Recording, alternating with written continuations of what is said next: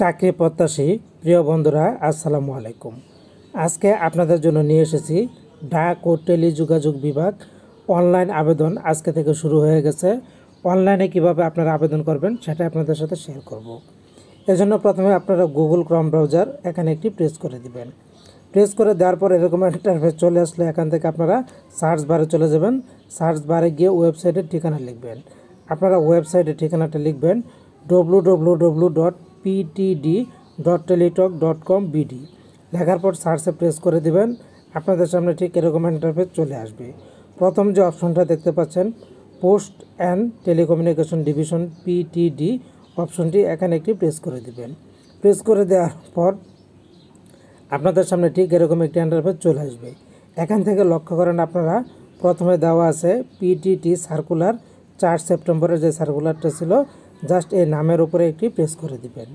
Press করে দিলে আপনাদের সামনে আরও একটি ইন্টারফেস চলে আসবে। এখানে খেয়াল করুন, এখানে আমি একটু বড় করে দেখাচ্ছি।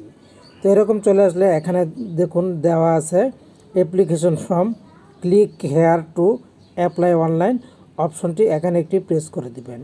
প্রেস করে দিলে আপনাদের সামনে এরকম ইন্টারফেস চলে আসবে। এরকম চলে আসলে এখানে খেয়াল করুন কী লেখা আছে, অ্যাভেলেবল সার্কুলার্স।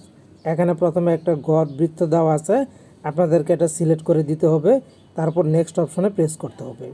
তো বন্ধুরা আমি সিলেক্ট করে দিলাম। সিলেক্ট করে দেওয়ার পর এবার নেক্সট অপশন এখানে একটি প্রেস করে দিলাম।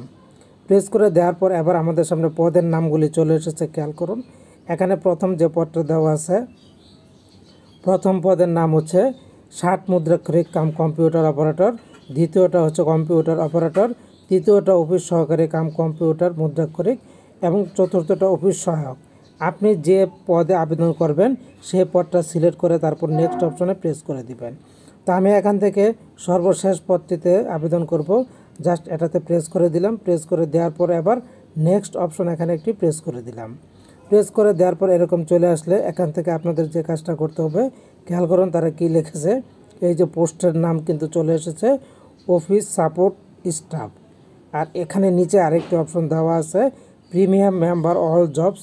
আপনি কি সকল জবের জন্য প্রিমিয়াম মেম্বার হতে চান? যদি হতে চান তাহলে ইয়েস বৃত্তটা ভরাট করে দিবেন, আর যদি না হন তাহলে নো দিবেন। আমার দরকার নাই, আমি নো সিলেক্ট করে দিলাম। সিলেক্ট করে দেওয়ার পর এবার এখানে পেয়ে যাবেন নেক্সট নামের অপশন। এই নেক্সট অপশনটি এখানে একটি প্রেস করে দিবেন। প্রেস করে দেওয়ার সাথে সাথে আপনার সামনে এরকম একটি ফর্ম চলে আসবে। এই ফর্মটা ওপেন হয়ে যাবে, এখানে আপনাকে আবেদনটা করতে হবে। তো আবেদনের জন্য কি করবেন আমি ডিটেলস এখানে বলে দিচ্ছি। প্রথমে খেয়াল করুন, প্রথমে 1 নম্বর হচ্ছে applicants name.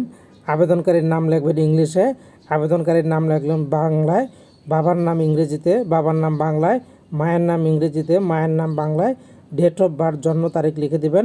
Nationality by default Bangladesh দেওয়া আছে, এটা টাচ করার দরকার নাই। রিলিজিয়ন ড্রপডাউন বারে প্রেস করে সিলেক্ট করে দিবেন। জেন্ডার ড্রপডাউন বারে প্রেস করে সিলেক্ট করে দিবেন। ন্যাশনাল আইডি এখান থেকে ড্রপডাউন বারে প্রেস করে সিলেক্ট করে দিবেন ন্যাশনাল আইডি না জন্ম নিবন্ধন। বার্থ রেজিস্ট্রেশন এখানে ড্রপডাউন বারে প্রেস করে সিলেক্ট করে দিবেন। তারপর হচ্ছে পাসপোর্ট আইডি, আপনার যদি পাসপোর্ট থাকে তাহলে এখান থেকে সিলেক্ট করে দিবেন, না থাকলে দেওয়ার দরকার নাই।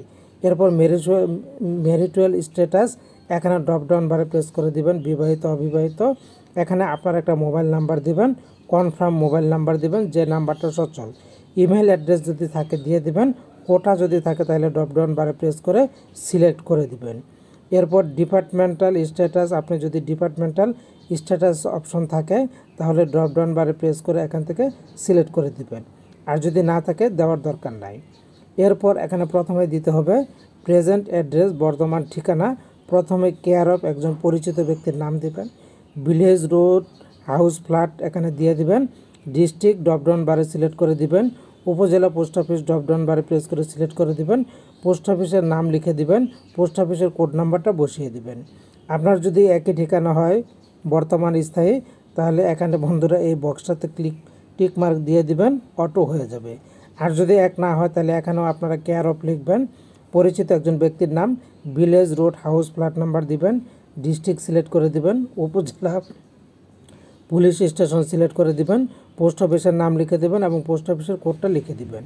লিখে দেওয়ার পর এবার আপনাদেরকে যে কাজটা করতে হবে, চলে যেতে হবে নিচে এসএসসি পরীক্ষার তথ্য দিতে হবে।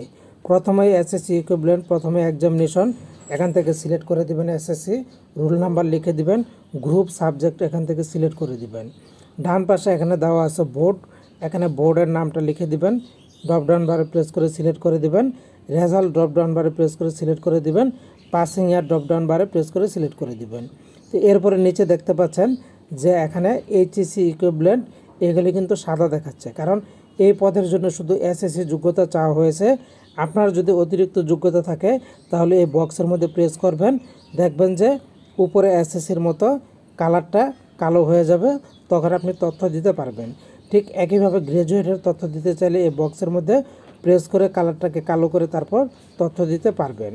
এবার আমরা নিচে চলে যাচ্ছি।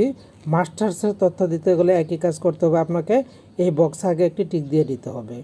এরপর এখানে দেওয়া আছে ইফ অ্যাপ্লিক্যান্টস জব এক্সপিরিয়েন্স, আপনার যদি চাকরির অভিজ্ঞতা থাকে তাহলে এখানে একটা টিক দিয়ে দিবেন। টিক দিয়ে দেওয়ার পর এখানে চাকরির তথ্য দিবেন। প্রথমে যেটা হচ্ছে এমপ্লয়ি নং, এখানে ড্রপ ডাউন বারে প্রেস করে সিলেক্ট করে দিবেন। ডেজিগনেশন পোস্ট, আপনার পদবি কী ছিল সিলেক্ট করে দিবেন।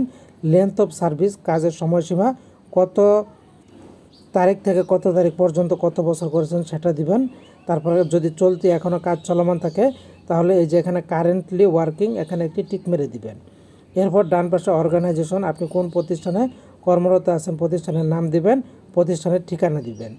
দেওয়ার পর এখানে নিচে গিয়ে আপনি যে কাজ করতেন সে কাজের একটা বর্ণনা দিবেন জব ডেসক্রিপশনে। এরপর এখানে আপনার একটা ভেরিফিকেশন কোড পেয়ে যাবেন, ক্যাপচা কোড। যদি এটা না বোঝেন এই ক্লিক হেয়ারে প্রেস করবেন, নতুন ক্যাপচা চলে আসবে। নতুন ক্যাপচাটা আপনাদের লিখে দিতে হবে। এই যে এখানে একটা বক্স দেখতে পাচ্ছেন, এই বক্সের মধ্যে আপনাকে ক্যাপচাটা লিখে দিতে হবে।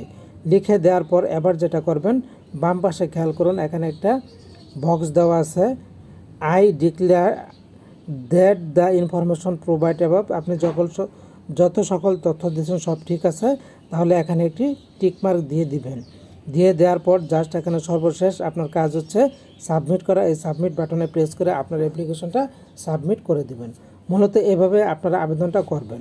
তারপরে যদি আপনাদের কোনো জিজ্ঞাসা থাকে, জানার থাকে, কমেন্ট করে যাবেন, উত্তর দেওয়ার চেষ্টা করব।